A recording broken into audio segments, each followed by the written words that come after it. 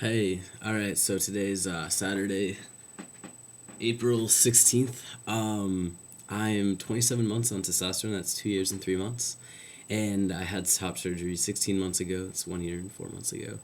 Um, yeah, and I'm 2 months, I'm 8 weeks, I'm exactly like 8 weeks on an 80 milligram dose of testosterone. That's up from 50 that I took for the first 2 years.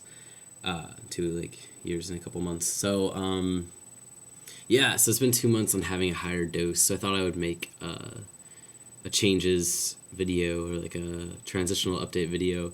The reason that I raised my dose was to counteract the fact that my body was becoming tolerant or intolerant. No, it's tolerant. It was becoming like accustomed to my testosterone injection. So my T levels were averaging about in like the 400s, which is in a little bit of a low range. It's a healthy range. It's just on the lower end of the normal range for guys my age. The range being between like upper like 500 and like mid 600s, I guess.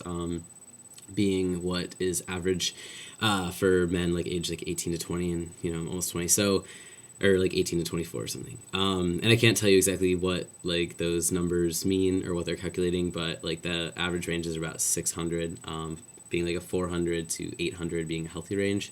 So like most like for the past like 2 years I've been averaging between like 400 and 500 midway through my weekly testosterone cycle. So that's about the average at 50 milligrams every week. And like the average amount that a guy usually takes is 50 to 100 per week, which is 100 to 200 every other week, because some people do it every other week. So 100 is the highest that I've really seen, and 50 is about the lowest I've ever seen. So I was on the low end, and then moving it up to 80 like isn't a dangerous amount. That was to counteract the estrogen in my body that decided to go crazy, and I'm only having it raised until I get my hysterectomy, hopefully this summer. So that's what's going on there. So my blood work came back as being in the 700s, and that was on a Wednesday morning, so it should be pretty high anyway on a Wednesday.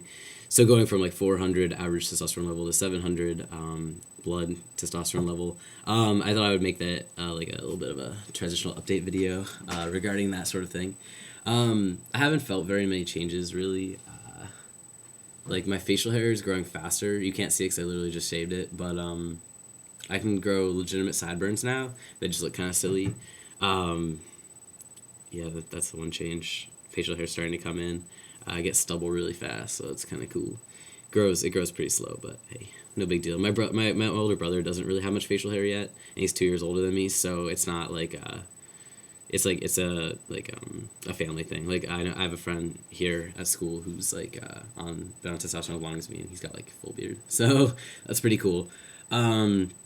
Anyway, what else? As for like attitudes and like my moods, I'm like really irritable lately, but I mean I'm also stressed, so I guess that's why. But not like overly irritable. I'm like usually pretty happy, but I feel like sick all the time. My body hurts all the time.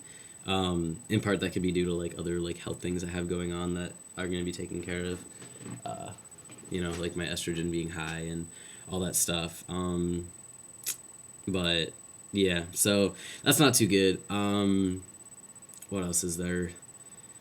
I started getting like muscle pretty fast, even when I wasn't working out. So I figure I show my chest too because my scars are healing really well. Let's see. Alright. And so I've been working out a little bit, and as a vegan, gaining muscle is pretty hard. But I'm definitely getting like much more muscle than I had before. Like you can kind of see my pecs a little bit, which is like really nice. I can see my back muscle too. It's like, damn, I just cracked my back doing that. But so like my chest for like right now is it's kind of hard to see, but this scar is starting to get lighter, and this scar is getting pretty light too. So I guess I'm like really happy with the way Mederma's going. I know I didn't recommend it before, but I've been putting it on for like 4 times a day, and it seems to be going pretty good. So I'd highly recommend Mederma for scar treatment. That's all I've used. Besides, I use some cocoa butter Burt's Bees cocoa butter, and I used those silicone strips for a little while. They did a good job. They did a good job on my scars, I think. But the Mederma, doing it 4 times a day, like it recommends, like massaging it into them, I think makes a big difference. So it's been like a year. It's been almost a year and a half post top surgery, so I'm expecting them to lighten naturally anyway. So you can't really tell, but it's good. Like, I'm about to go swimming with some friends, and I think I'll feel comfortable taking my shirt off because they're not as noticeable. Like, if I jump in the pool, it should be fine. So, yeah, and as for that, like, most of my close friends at college and just, like, in life in general, like, all my close friends know that I'm transgender. I'm basically just stealthing my classes, like, to my professors and to, like, the general campus as a whole. My reasons for that being that I'm not sure being transgender is something I want to talk about all the time. Like, it seems like it's my entire life because it's what I YouTube about. But, and while it's, like, a really big part of my identity that I obviously embrace, like, I tell my best friends, we have conversations about it. And, like, if I have issues, like, I'm having hormonal issues and obviously, like, issues involving, like, things that are causing me to get, like, a hysterectomy soon. So, I've talked to my friends about that, and, like, it's really chill, and they're really supportive. So, I'm very lucky for that. But anyway, yeah, so it's not something I really talk about that much, but I wish I did. I wish I talked about it more. But not really. I mean, I don't, it's kind of like I don't know, it's hard to explain, but, like, I think, when I first was coming out, when I was, like, 15, 16, being transgender was, like, this big deal, especially because I wasn't passing all the time, so somebody had to explain a lot. And now I feel like I've matured a lot, and I'm not sure if it's, like, that I don't know if my transition's what made me mature, if it's just natural getting older. That's kind of hard to choose, or it's kind of hard to figure out, like, choose which one I want to credit, because while I'm obviously more mature, I think it might just be because I started hormones when I was 18, a little bit before 18, and now I'm almost 20. So I've entered college, I've transferred schools twice, I've made new friends, I've been embracing all these opportunities, I've been learning new things, and so, like, that could really cause me to be maturing, like, much more than my transition. But I think it's a combination of the two that has really kind of molded, allowed me to become the person that I am now, and I'm pretty happy. I'm pretty happy with my transition. I won't say it's the easiest thing that I've ever done. I wouldn't recommend it to anybody. Obviously, it's necessary for those who feel the way that I did and do. But yeah, it's not something I would suggest as something fun to go out and do just for the hell of it, obviously. What else? It sounds like my voice got lower, but I think it's really just the way I'm talking, because I've had kind of a chest cold. Like, I don't know if any of you have ever experienced when you're, like, about to get sick, you're about to get sick, so you, like, drink a lot of vitamin C, you, like, get a lot of sleep. I haven't been sleeping for, like, 2 to 3 months, but, get a lot of sleep and just, like, counteract it with vitamin C and orange juice and all that good stuff, and drink a ton of water and just, like, be careful and take things easy so that you won't get sick. Well, I feel like I've been doing that for, like, 3 weeks. Like, I'm on the verge of getting sick for, like, 3 weeks because I've been, like, trying really hard to, like, not get sick, but it's just, like, waiting there for me. It might be a virus or something that's just kind of gonna slowly eat at me, but it prevented me from going to Power Shift in DC this weekend, which I really wanted to go to. But I'm reading some environmental books, and I'm really excited for my friends to come back from that and tell me about all the really awesome things that we're going to implement on our campus involving environmental change. And speaking of which, I'm still vegan. I still believe that is the best way for me at this point in my life to help the environment and reduce my environmental footprint. It's also just the way that I feel like most morally, like, correct in my decisions. I am not a soapbox vegan. I will not tell you to go be vegan. I'll tell you that you should really look into it, and you should look at the benefits of it, and if you have the time and energy to keep an eye on everything you eat, then it's good. My main reason for it is also that when I eat foods that are alive, and by alive I don't mean animals, I mean, like, plants, I feel more alive. It's just something about the energy of it.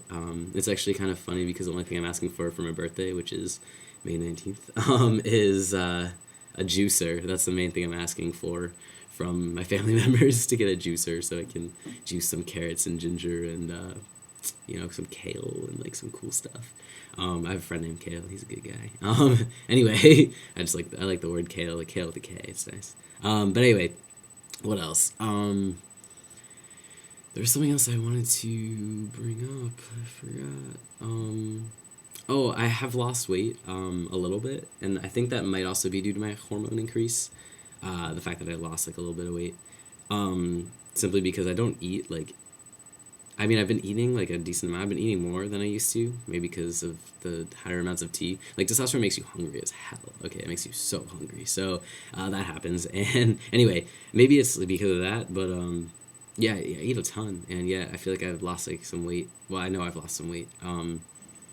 Just to like go about it, I'm 5'7" ish. I've recently grown a little bit.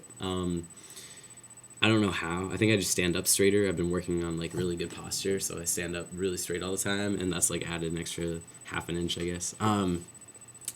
But oh no, I don't even remember what I was talking about before a second. Oh, my weight. I started hormones when I weighed like 132 pounds, and I was like 5'6", weighed like 132 pounds. And then at like the peak of college, gaining 15 pounds is like 146 pounds. So it's a little bit heavier, obviously. You gain about 10 years in your first year of testosterone, you can usually expect just because of appetite increase and bone density and muscle.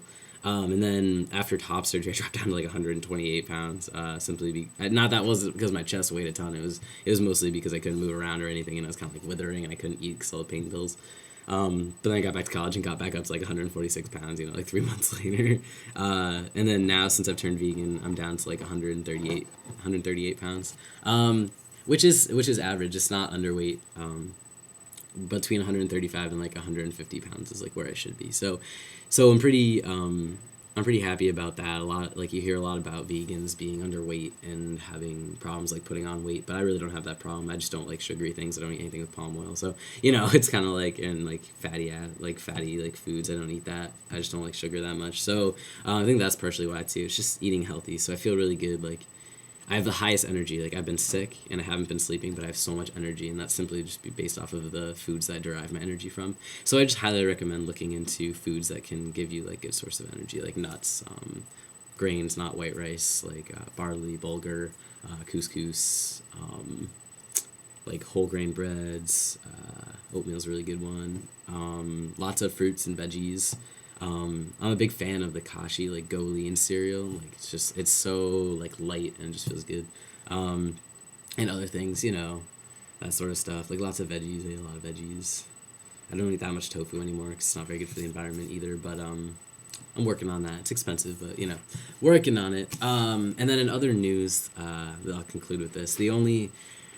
I submitted a demo of my music to Ellen DeGeneres's new record label, 1111 is I guess her record label. So someone told me that I should, and I was like really excited. So I was like, hey, why not? I recorded a song. I want to post the video here, but it says like she owns it now if I submit it to her, so I don't know if I can post it here. So I might just re-record the song completely. I might do that. It's a new song I wrote. It's really good. And then another thing for my birthday I'm asking for from family members is just an external microphone to record on, which will also help with making YouTube videos because of that obnoxious noise. So I'm hoping to do that so I can just record an EP of my music into GarageBand. And if I do that, then I will be, selling them. I will be hand decorating CD cases and CDs, burning CDs and selling them. They'll obviously it'll cost money because, I can't really afford anything right now, and I can't really afford CDs, like blank CDs to buy because it's like expensive. You have to buy like a big pack of them. So it would like cost money. I wouldn't just give them out for free, but it wouldn't be like a ridiculous amount of profit I'm making, if any. So if you guys are interested in that, like just let me know, because if I know people are interested in it, then it's more likely that I'll produce more music and I will record it and like make the time for it this summer.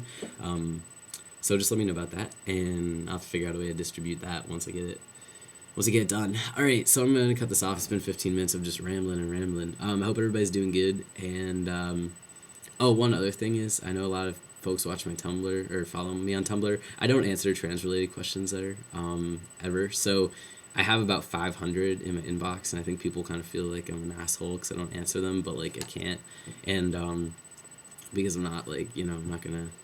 I don't know. It's just reasons why I just don't want my Tumblr to be trans related. So I just wanted to say that. So for those who've asked questions, I have read them, and I've like read comments involving my transition. I really appreciate it.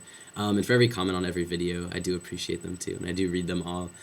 As for inbox messages, I don't have the time to do that right now, and same with emails. So I'm a little backed up on Formspring too. So I just want everyone to know, like, it's nothing against, like, it's nothing personal. It's just that I'm in college and I just don't have the time. So I just wanted to apologize for that, and I will eventually get to them. It will take a while, but I will try really hard to do that. And lastly, but not least, oh, I did take down my previous video, the one about inappropriate questions, because I'm actually just going to make a video in general about inappropriate questions, simply because I didn't like the way conversations on that video were going with people. So I'm going to make one that's a little bit more inclusive of other questions that I personally don't like being asked either. So I'm going to work on that in the future. And yeah, all right, that's it. Peace.